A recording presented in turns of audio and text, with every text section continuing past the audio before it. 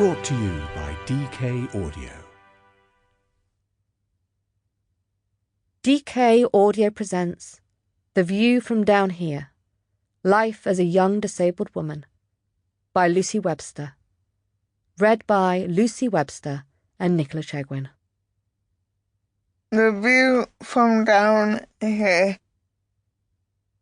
To all the disabled women who came before and lit the way, thank you. Hi everyone, I'm Lucy Webster.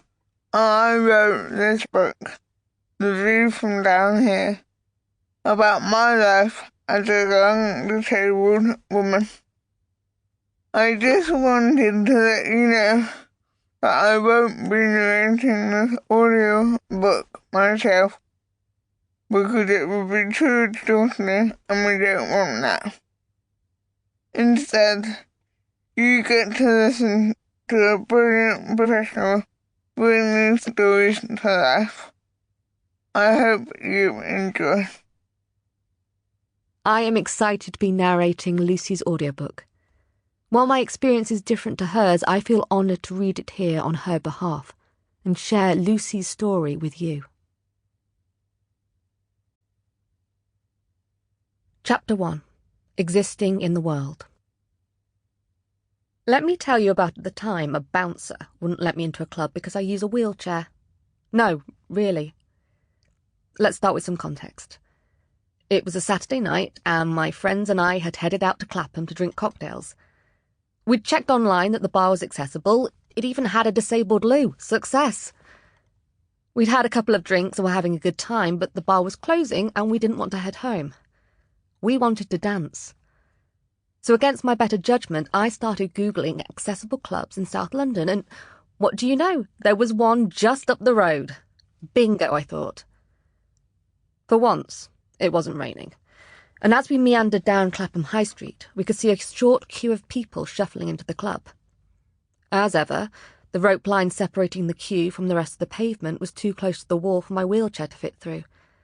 So I took the opportunity to enjoy one of the few perks of disabled life and headed straight to the door.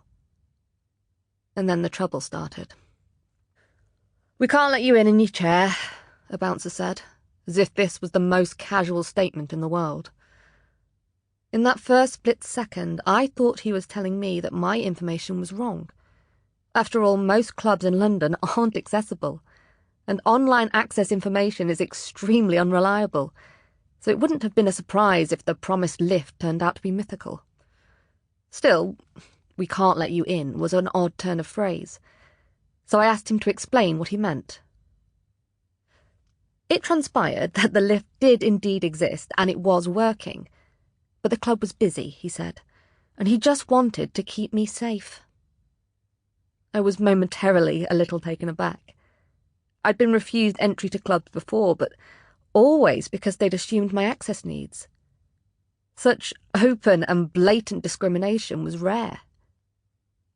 "I'm used to busy. I'm from London," I told him, my voice becoming strained as I tried to project authority over the din of the crowd and the traffic. Anyway, I could keep myself safe. I didn't need him to do it for me. He shrugged. At this point, to make matters worse, another bouncer joined the increasingly surreal conversation. The second bouncer changed tack, switching from the claim that it was too busy to one I genuinely wasn't prepared for. Apparently, the music was too rowdy for me, and I wouldn't like it. It took me a while to process what I'd just heard. "Are you seriously telling me the music is unsuitable for me?" I asked. By now I could feel my heart starting to pound, and I was trying harder and harder to keep my voice steady, to pretend I was not upset and angry.